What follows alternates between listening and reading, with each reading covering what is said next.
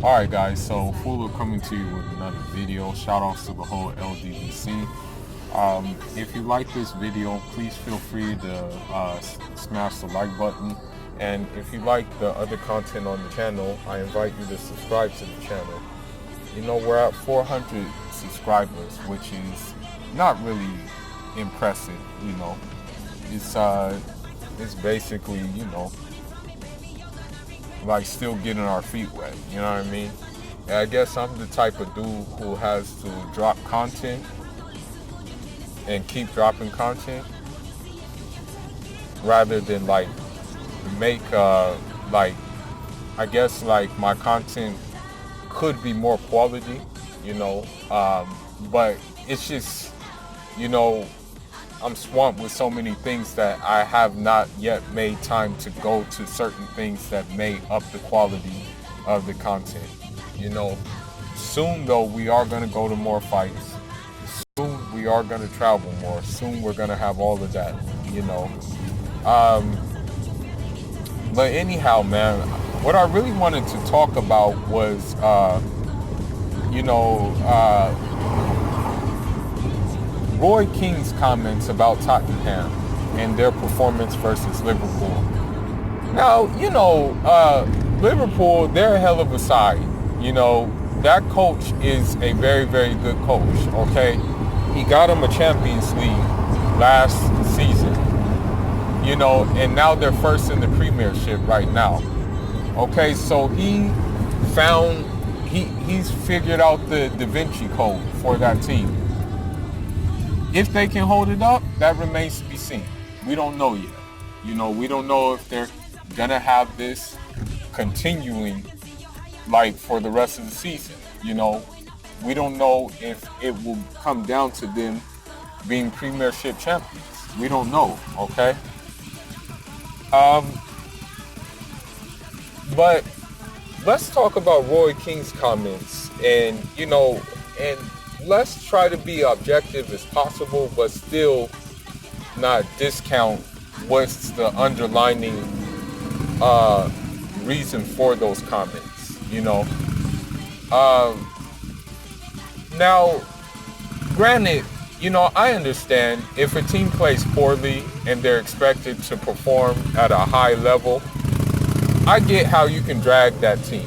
I get that. I get like how like some people that you have every right to like criticize that team. If they're held at a certain standard, if they have a history of being like a top tier team, a team that has always competed with the best of them, then I get it. You know, I get the criticism for Man United. I get the criticism for like Arsenal. I get the criticism for Chelsea. I get it. You know, I get the criticism for Liverpool, right? Now, the thing is that with Tottenham, okay, if you look at Tottenham has always been one of those teams that has like, basically, it's always been a team that has like always been looking in. It's always been the team that was like the odd one out looking in. But last year they went on a hell of a Champions League run, okay? But when it comes to like domestic competition, when it comes to like international competition, they've always came up short. You know, now I don't know if that's a money issue to like buy players to and whatnot, but it is what it is with them, right? Now, the game against Liverpool, you know, they had an early goal, but then, you know, they gave up 2 goals, right? Crap happens. You know, they shouldn't have given up 2 goals, but crap happens. It's just, that's football, you Football is very unpredictable, especially English football. It's super unpredictable. I remember one game that it was like Arsenal versus Newcastle United, right? I think Newcastle United was down like 4-0 at the time. They were down 4-0, right? They came back though. They came back and tied that joint. They were actually able to tie that game. Now imagine that. You're down 4-0 and you're able to tie the game. It's pretty impressive. That's very impressive actually. To be down by that much and then you tie, right? So, with this being said,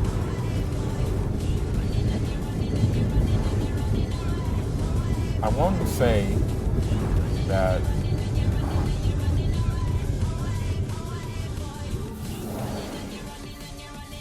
this game against Liverpool that Tottenham had, it wasn't their best game, Not every game in football is going to be a good game unless you're a team in which is just like plays total football, the Dutch model that certain teams adapt, where you just play complete football all around, where everything is basically covered and whatnot. But I'm trying to think about the comments in which Roy Keane made, and I'm wondering okay,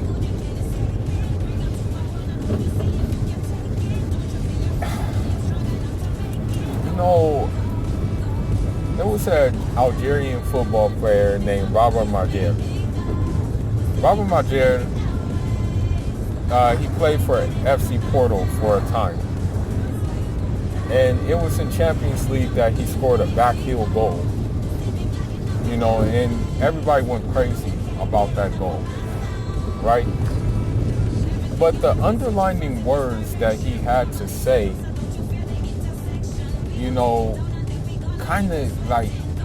kind of sums up what football is, and what football has to be for the African. Robert Majer said that if you're an African player, you have to be twice as good as the domestic European player. If you're planning on playing in the European club, even if you're born of African parentage in Europe, that's what he said. I think that Femi Kuti also had that statement as well, who happens to be the son of the great Fela Kuti. Right. And Samuel Eto'o said something else too. Samuel Eto'o said that, I'm gonna run like a black man to get paid like a white man. And what he was basically saying is that he's gonna work his socks off in order to get what he felt was what he worked for. Worked very hard for. This is what he was saying in that statement. Now,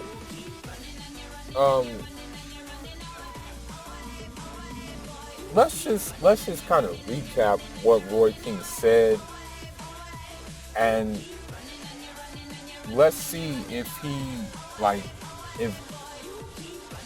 let's think about it in a way and see how do you think he treats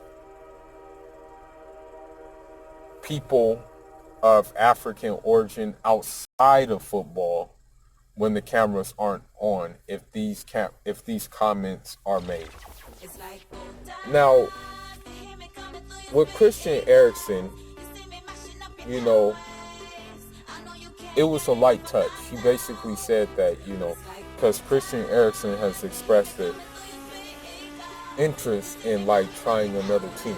He wants to like try different skills elsewhere. I don't know if he has a free transfer coming up, but I believe he does. So, he wants to go. He's kind of like keen on maybe going to a different team, right?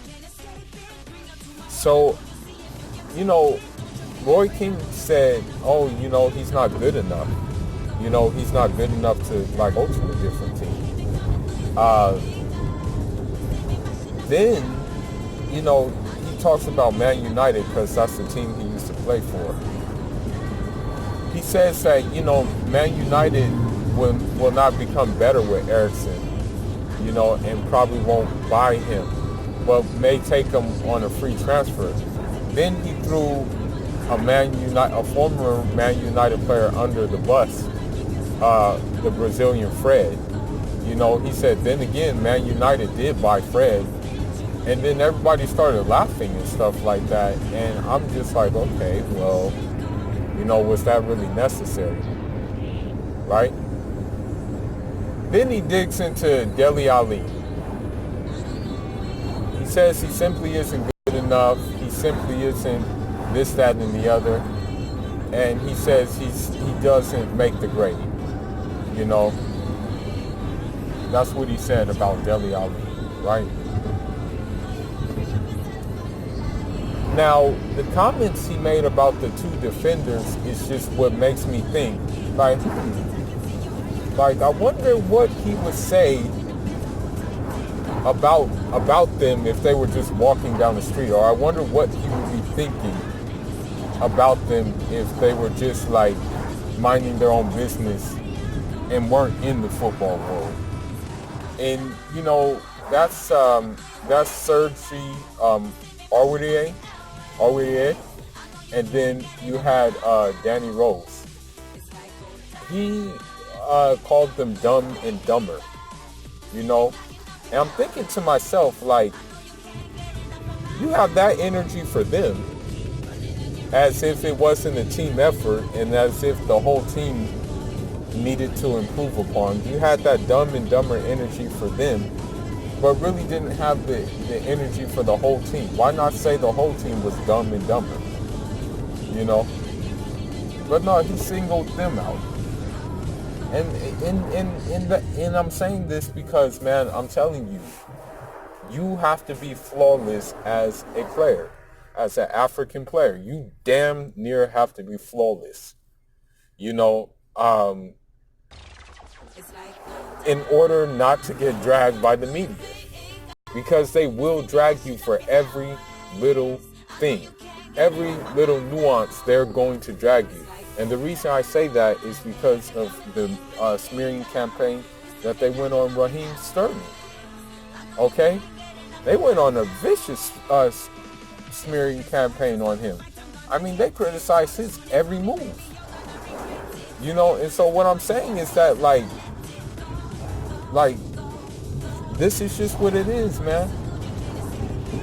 And they're allowed to do it. That's the whole thing about the media. They're allowed to have this.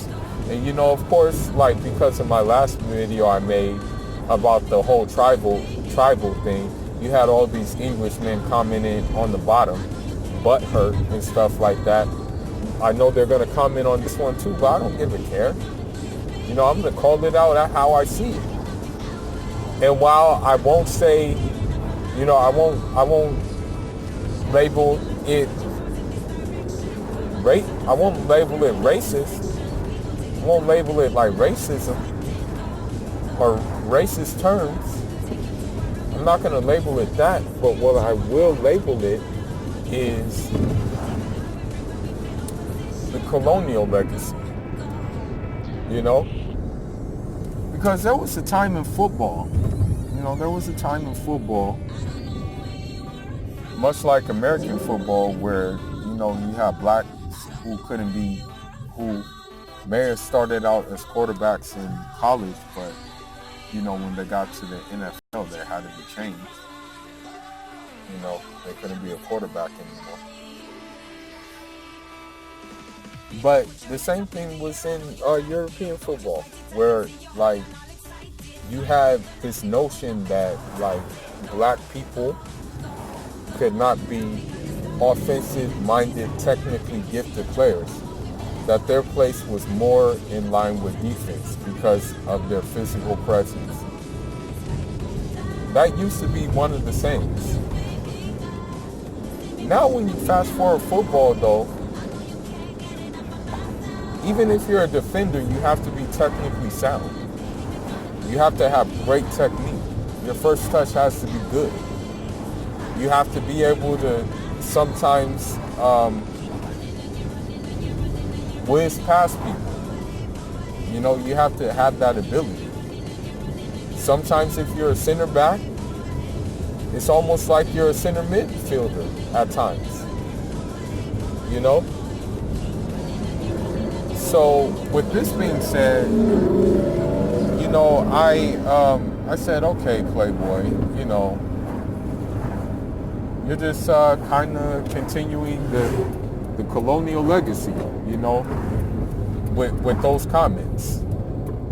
And so that's just a reminder that you have to be like pretty much beyond on point in order to appease the media. Because I mean, let's be honest, who when you look at English media, who's the head honchos of the English media?